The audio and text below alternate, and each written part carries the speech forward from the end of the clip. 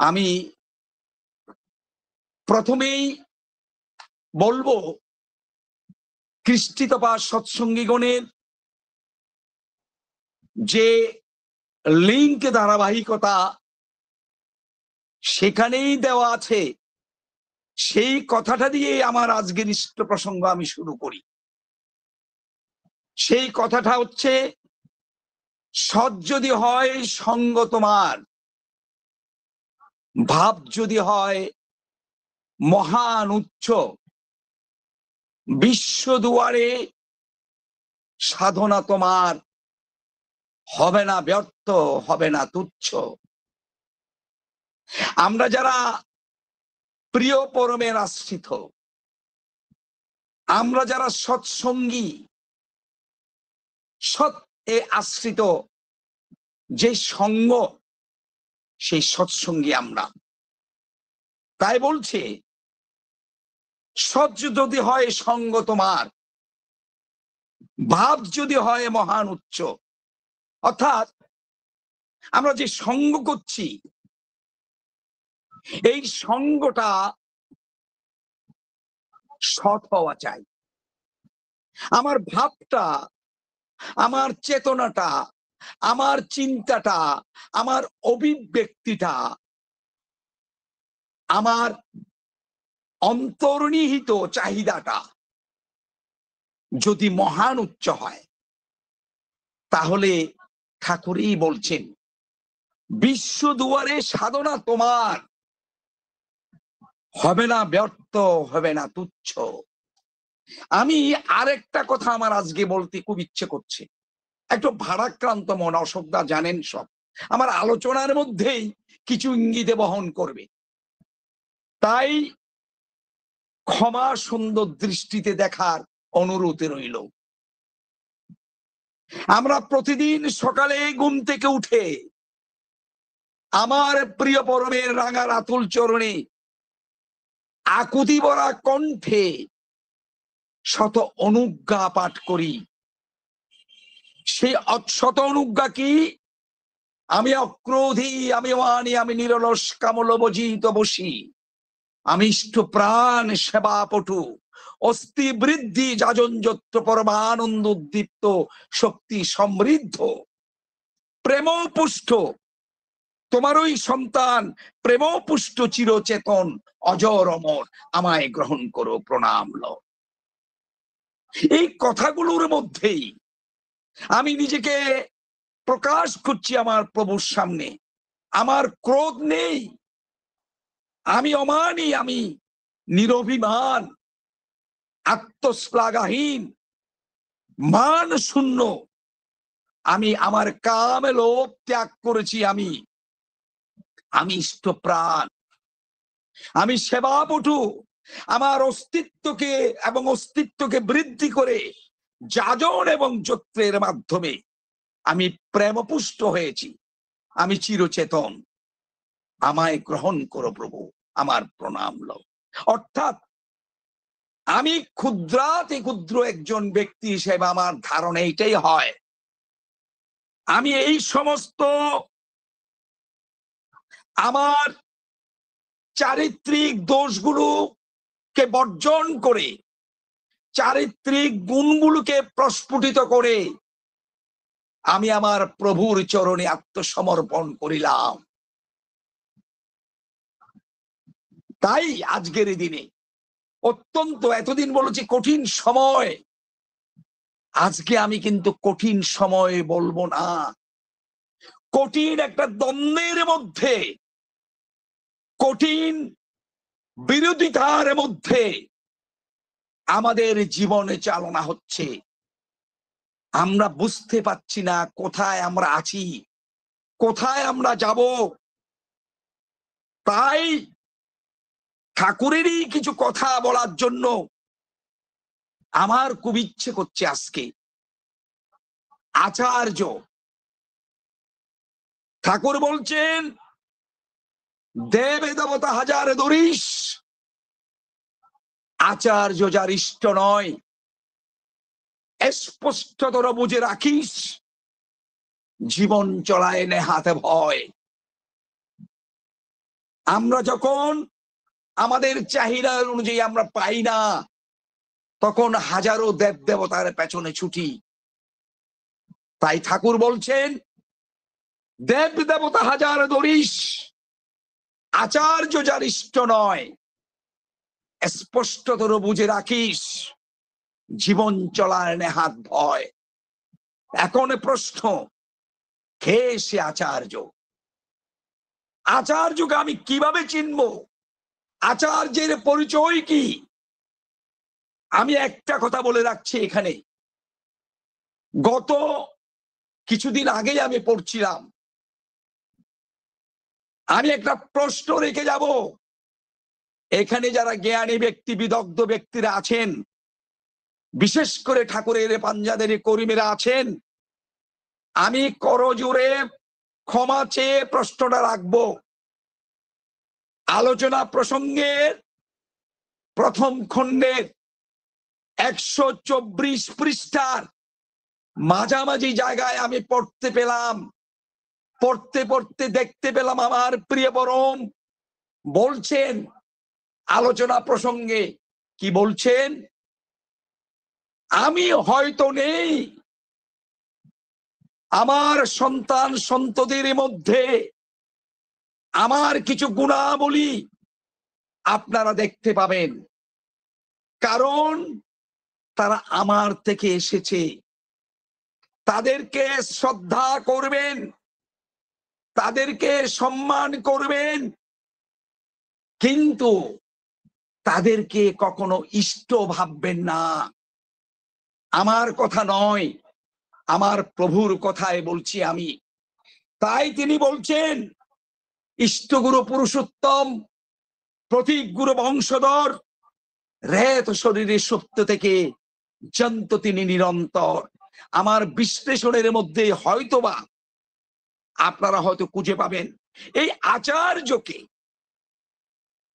আর্য ভারতের অতন্দ্র অভিভাবক, অতন্দ্র প্রহরী যিনি আচার্য। আচার্য বলতে শুধুমাত্র একজন ব্যক্তি বা একটি পদবাচ্য বোঝায় না। আচার্য একটি জীবনী দর্শন, মানুষের জীবনে বৃদ্ধির কর্মযজ্ঞের দিশারি যিনি, তিনি আচার্য। বাঁচাবার চিরন্তন রূপটি তারই আচরণের মধ্যে মূর্ত হয়। তিনি আচার্য। ধ্যানে তপে, জ্ঞানে কর্মে তিনি শ্রেষ্ঠ। সংসারের বিপাক পথ থেকে মানুষকে তিনি মানব চৈতন্যের মূল অক্ষদণ্ড দর্শন করেন, বা তিনি অক্ষদণ্ড। আচার্যই ইষ্টের প্রতীকী প্রতিভ। তাকে দেখেই ভক্তরা, ভক্তপ্রাণ মানুষরা বাঁচাবার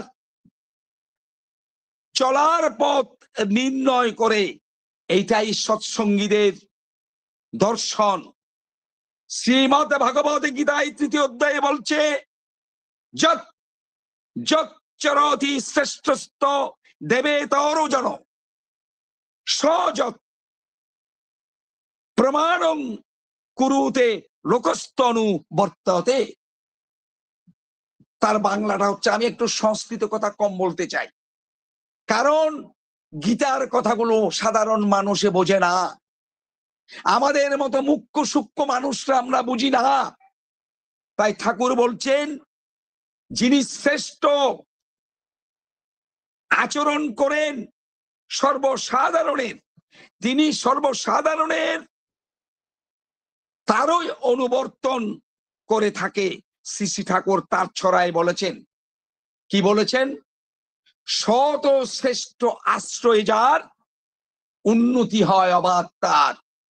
তা আমরা ছুটে চলবো সেই সৎ ও শ্রেষ্ঠ আশ্রয়ের দিকে। এখানে শ্রেষ্ঠ শব্দটি গীতায়, ভাগবত গীতার বাণীতে বলেছেন, এবং শ্রী শ্রী ঠাকুরের বাণীতেও তার সামঞ্জস্য, তার অনুসরণ আমরা খুঁজে পাই। তাই সৎ ও শ্রেষ্ঠ কে জীবনে আশ্রয় করে কি প্রাপ্তি হয় সেই কথা আমার শ্রী ঠাকুর বলে গেছেন। শ্রেষ্ঠকে অনুসরণের সুফলের কথা তিনি বলে গেছেন। সৎসঙ্গের দর্শনে ইষ্টের অনুবর্তনেই আচার্য এই কথা বলেছেন। এখন প্রশ্ন হচ্ছে, আমি প্রধান শিক্ষক, এখানে খুব ফলাও করে আমার পরম শ্রদ্ধাভাজন অশোক দাদা বলেন, এখন আমি যদি বলি না, আমি যেহেতু প্রধান শিক্ষক, আমার ছেলেও প্রধান শিক্ষক, আপনারা মেনে নেবেন? মেনে নেওয়া যায়? আমি তর্কে যাব না, আমি যাব আচার্য নির্দেশিত পন্থায়। কারণ এরকম অহরহ ঘটনা ঘটছে, মানুষ বিভ্রান্ত হচ্ছে। আমরা ডিপি ওয়ার্কস করছি, কিন্তু ডিপি ওয়ার্কস এর মূল ধারা থেকে মানুষ বিচ্ছিন্ন হয়ে যাচ্ছে, মানুষ বিরক্ত হয়ে যাচ্ছে, মানুষ সরে যাচ্ছে। কিছুদিন আগেই এরকম একটা ঘটনা বারাসাত মন্দিরে ঘটেছে, সবাই শুনেছেন, আমি বিশ্লেষণ করব না। ওই যে বললাম, ওই রকম আমি প্রধান শিক্ষক, আমি কি বলবো, আমার প্রধান শিক্ষক, আমার ছেলেও প্রধান শিক্ষক, আমরা আচার্য ভবন বলি। তাই প্রশ্ন রেখেছিলাম যে আচার্য ভবনে আচার্যের পাশে আমরা কখনো আচার্য নয় এমন কাউকে বসাতে পারি কি না? আমি আমার পরমেশ্বর পরমাত্মাকে যেই আলো দর্শন করাচ্ছি, সে আলো আমি ওইখানেই নিয়ে যেতে পারি কি না আমি জানি না, আমার অভিজ্ঞতা নেই। তাই যারা অভিজ্ঞ মানুষ, যারা প্রিয় পরমের পূত পবিত্র পাঞ্জাদারি কর্মী, তাদের কাছে আমার প্রশ্ন রাখলাম। আচার্য হচ্ছেন জীবন্ত শ্রেষ্ঠত্ব, লিভিং সুপিরিয়রিটি ইংরেজিতে বলা হয়। সুতরাং পুরুষোত্তম থেকে আচার্য একটা চলমান ধারা। একবার একটা কথা মনে পড়ে গেল আমার, ঠাকুরকে প্রণাম করে একজন ভক্ত চলে যাচ্ছিলেন। ঠাকুর বললেন, বড় খোকাকে প্রণাম করলে না? তিনি বললেন, তিনি তো নেই, অর্থাৎ উপস্থিত নেই। ঠাকুর বললেন, তার আসন তো আছে, তিনি না থাকলেও তার আসনে প্রণাম করা লাগে। আমার বড় খোকাকে প্রণাম না করলে আমি প্রণাম গ্রহণ করি না। আমার প্রিয় পরমের কথা, আমার কথা নয়। তাই আজকের দিনে আমরা বিভ্রান্ত হয়ে যাচ্ছি, আজকে আমরা পদস্খলিত হচ্ছি। কিরকম? আচার্যগণ ইষ্টের ভাবধারাকে বহন করে চলেন। একমাত্র ঠাকুরেই বলেছেন, আমি এবং আমার বড় খোকা টাকার এপিটার ওপিট। তাই ঠাকুর নির্দেশিত অবস্থায় আমরা দেখি প্রত্যেকটা মন্দিরে, প্রত্যেকটা করে, প্রত্যেকটা জায়গায় ঠাকুর, তার বাম পাশে আছে তার লীলা সঙ্গিনী পরমারাধ্যা জগৎজননী বড়মা, এবং ডান পাশে আছে বড় খোকা, অর্থাৎ পরম পূজ্যপাদ শ্রী শ্রী বড়দা। এই ছাড়া আর কাউকে তিনি অনুমতি দিয়েছেন বলে আমি জানি না। ইসলাম ধর্মে মহানবীর পরে অনেক খলিফা ছিলেন, সৎসঙ্গেও সেরকম আচার্যগণ আছেন, তারা ইষ্টের প্রতীক। শ্রী শ্রী ঠাকুর আরো বলেছেন, আচার্যই জীবনে মেরু, আচার্যই জীবন ধারা। কিরকম? পুরুষোত্তম আসেন যখন, ইষ্ট আচার্য তিনি গুরু, তিনি সবার জীবন দাতা, তিনি সবার জীবনে মেরু। তাই পুরুষোত্তম, আচার্য, গুরু, এই শব্দ ব্যঞ্জনাগুলো আজকে আমাদের মধ্যে না বুঝে আমরা নানা রকম বিভেদের সৃষ্টি করছি, এবং এই বিভেদ যারা সৃষ্টি করছে তাদের মূলে কিন্তু কিছু ওই ডিগ্রিধারী লোক আছে যাদেরকে আমরা এসপিআর বলছি।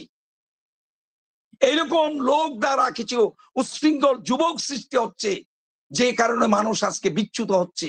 মানুষের মনের মধ্যে একটা দ্বন্দ্ব চলে আসছে, আজকে কষ্ট পাচ্ছে মানুষ। এমনকি আমার বাড়িতে একটা উপযোজনা কেন্দ্র আছে, অনেকে এমন পর্যন্ত ব্যক্ত করেছে আমরা স্ট্রবেরিও দেব না। কি করবেন আপনি? কোথায় চলে যাচ্ছি আমরা? কেন? কারণটা কি? অর্থটা কি? যা হোক, আমি যাব না, বিচারের ভার আপনাদের উপর। তাই সত্যিকারের আদর্শ যিনি সদ্গুরু, ও তিনি বেফাস লোকে বিভেদ করে বাস্তবে না চিনি। ঠাকুরের কথা আবারও বলছি, সত্যিকারের আদর্শ যিনি সদ্গুরু, ও তিনি বেফাস লোকে বিভেদ দেখে বাস্তবে না চিনি। আমরা বাস্তবতাকে হারিয়ে ফেলতে বসেছি আজকে। তাই সৎসঙ্গীদের জীবন সাধনায় আচার্য পরম্পরার আলাদা গুরুত্ব আছে, আলাদা একটা বৈশিষ্ট্য আছে, আলাদা মূল্যবোধ আছে। আমরা সেই আচার্য কেন্দ্রিক জীবন কথাটা বহুবার শুনেছি। এর নিহিতার্থ হচ্ছে আচার্যকে ইষ্ট মর্যাদায় মানতে হবে। তাই তিনি বলছেন, দেব দেবতা হাজার দরিস, আচার্য যার ইষ্ট নয়, স্পষ্টতর বুঝে রাখিস, জীবন চলায় নেহদে ভয়। আচার্যের প্রতি নিষ্ঠা যতখানি, আমরা ততখানি হয়ে উঠব, এর বাইরে হয়ে উঠতে পারবো না।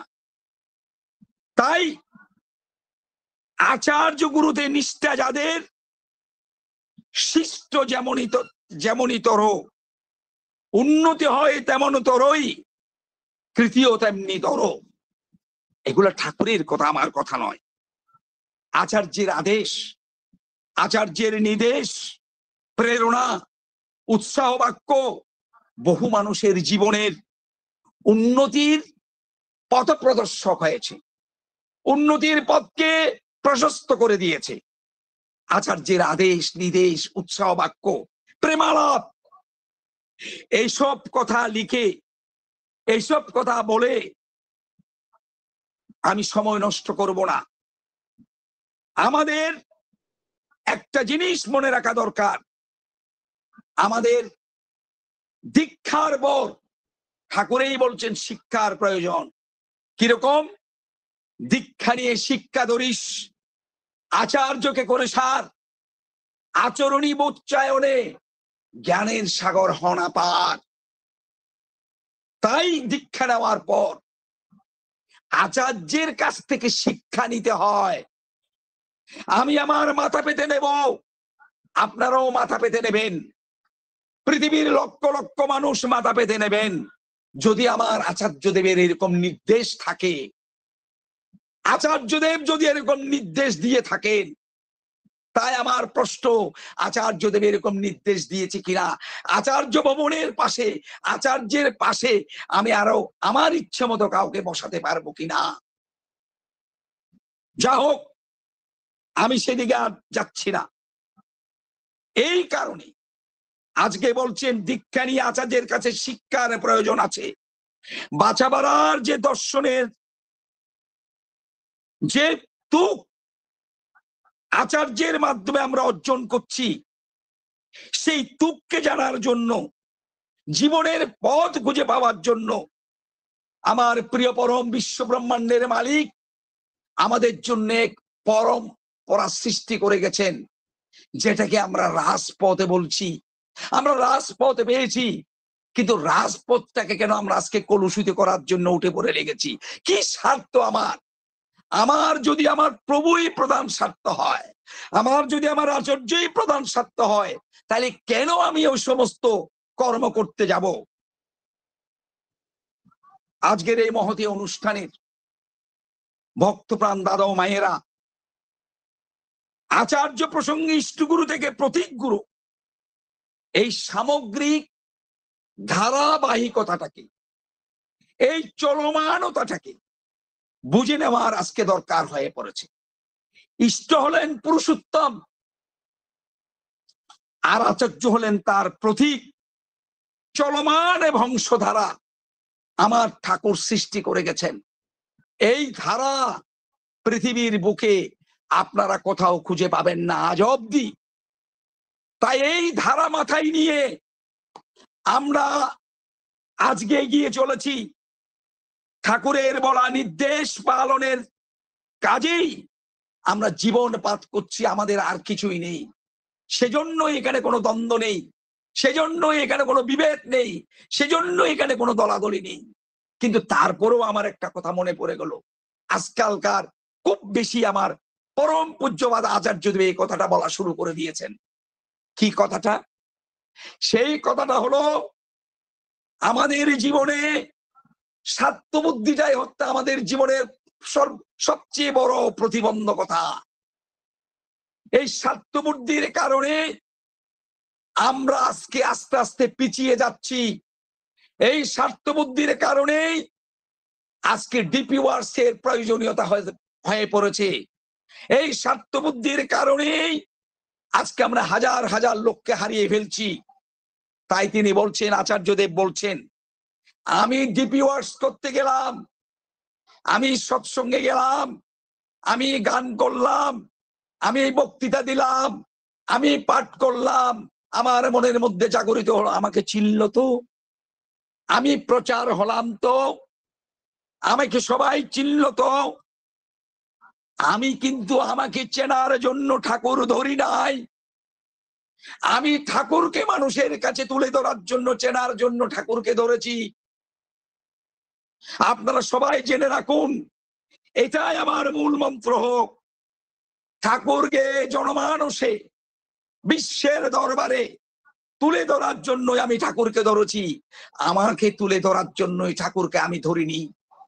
তাই আমি মাঝে মধ্যে বলি, আমার তৃপ্ত হয় তখন কেউ যদি বলে ওই ঠাকুরের চাকরটা যাচ্ছে এখানে, আমার মন ভরে যায়, আমার আর কিচ্ছু চাই না।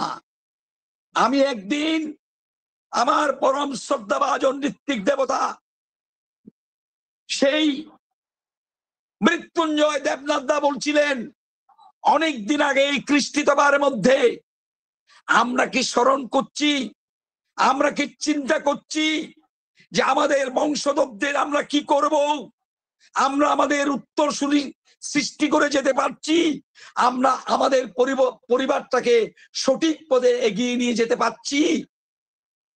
তাই তিনি বলে গেছেন, আমার বক্তব্য শেষ করব, দীর্ঘায়িত আর করবো না, কারণ আমার মন মানসিকতাটাও ভালো নেই, মনে খুব ব্যথা, জ্বলছে আগুন।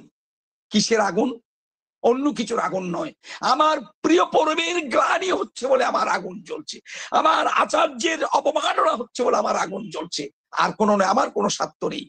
তাই তিনি বলেছেন, তুমি আজন্ম সৎসঙ্গী হতে পারো, আর সমুদ্র হিমাচল তুমি দীক্ষা দিতে পারো, তোমার বক্তৃতায় হাজার হাজার মানুষ মুগ্ধ হয়ে শুনতে পারে, আপ্লুত হয়ে যেতে পারে, কিন্তু মনি, তোমার এই কথাগুলো যদি তোমার রেত ও সত্তার মধ্যে, তোমার সন্তান সন্ততির মধ্যে চারিয়ে তুলতে না পারো, ফুটিয়ে তুলতে না পারো, তুমি আমাকে ফাঁকি দিলে, তুমি আমাকে ফাঁকি দিলে, তুমি আমাকে ফাঁকি দিলে।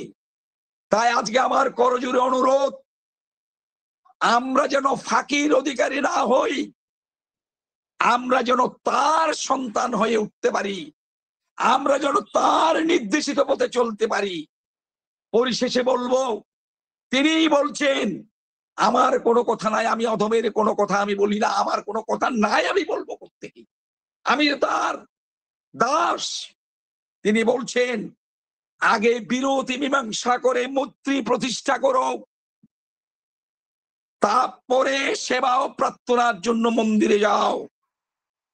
কারো প্রতি বিরুদ্ধ মনোভাব নিয়ে মন্দিরে ঢোকো না, তোমার পূজা পূত পবিত্র হবে না। তাই আমি পরিশেষে বলবো, তিনি বলছেন তিনি কে, আমরা তাকে চিনব কি করে? তিনি হচ্ছেন জগতের সমস্ত ঐশ্বর্য, জানা, ভালোবাসা ও কর্ম, যার ভিতর সহজ উচ্চারিত, আর যার প্রতি আসক্তিতেই মানুষের বিচ্ছিন্ন জীবনের ও জগতের সমস্ত বিরোধের মীমাংসা হয়, সমাধান হয়, সমস্ত বিরোধের চরম সমাধান লাভ হয়। তিনি মানুষের ভগবান। ভগবানকে জানা মানায় সবকিছুকে জানা। সত্যানুসরণ গ্রন্থে তার শ্রীহস্তলিখিত গ্রন্থে তিনি বলে গেছেন। পরিশেষে বলবো, তিনি বলছেন যেখানে গমন করলে মনের গ্রন্থির মোচন বা সমাধান হয়, তাই তীর্থ। যা করলে অস্তিত্বকে রক্ষা করা হয়, তাই পুণ্য। যা করলে রক্ষা হতে পতিত হয়, তাই পাপ। কোথায় ছুটে চলেছি আমরা? পুণ্যের দিকে ছুটে চলেছি না পাপের দিকে ছুটে চলেছি? কোথায় যাব আমরা? তিনি বলছেন যেখানে গেলে মানুষের মনের গ্রন্থির মোচন হয় বা সমাধান হয়, তাই তীর্থ। আমরা কি তীর্থকে খুঁজছি, তীর্থের দিকে এগিয়ে চলেছি? জানি না। আমি প্রশ্ন রেখে গেলাম সকলের কাছে। আমি একটি মাত্র কথা বলবো। তিনি বলছেন আমি তোমাদের জন্য সৎসঙ্গ দিয়ে সত্যানুসরণ বইটি দিয়ে গেলাম, সমস্ত শাস্ত্র মন্থন করে এই সত্যানুসরণ বইটি আমি তোমাদের জন্য দিয়ে গেলাম। বেদ, পুরাণ, সংহিতা, রামায়ণ, মহাভারত, উপনিষদ, ভাগবত গীতা সহ সকল শাস্ত্রের সারাংশ এর মধ্যে অন্তর্নিহিত আছে। এর প্রত্যেকটি বাক্যে আছে জটিল প্রশ্নের সহজ সরল সমাধান বাণী। তাই আজকের এই মহতী অনুষ্ঠানের আমার ভক্তপ্রাণ দাদা মায়েরা, আপনাদের কাছে আমার সামান্য অনুরোধ থাকলো, শুধু সত্যানুসরণটাকে আপনারা প্রত্যেকে আয়ত্ত করুন, প্রতি মুহূর্তে পাঠ করুন। পাবেন, খুঁজে পাবেন। তিনিই বলে গেছেন, আমার কথা নয়।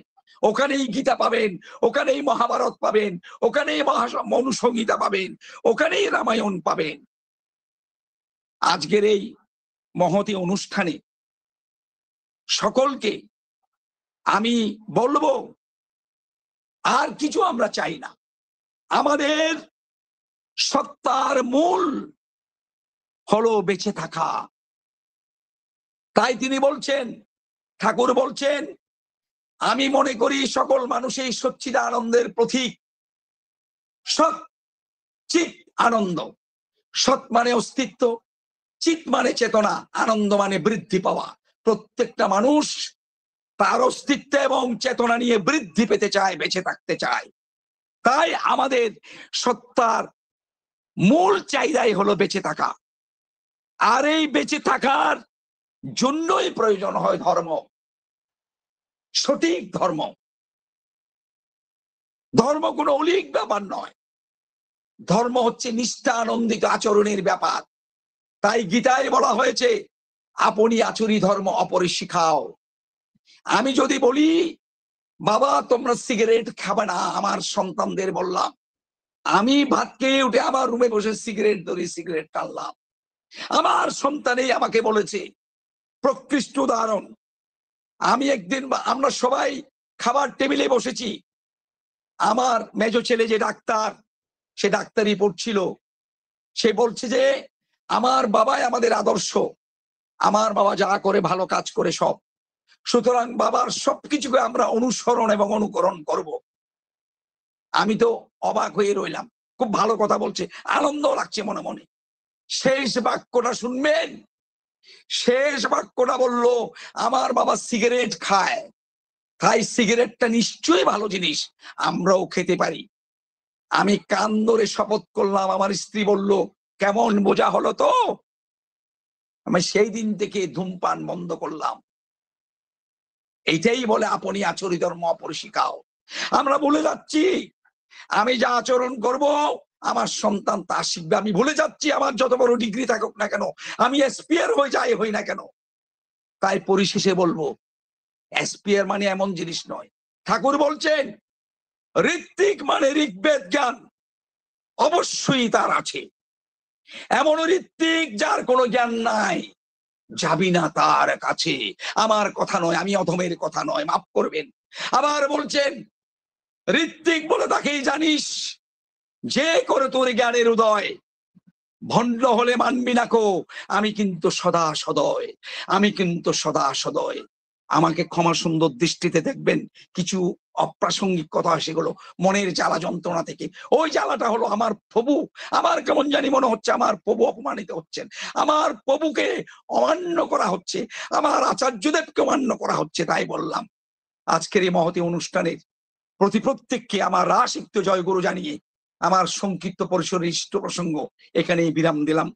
আপনাদের প্রত্যেকের সুস্থ স্বাস্থ্য মঙ্গলময় জীবন প্রার্থনা করছে আমার প্রভুর রাঙারাতুল চরণে।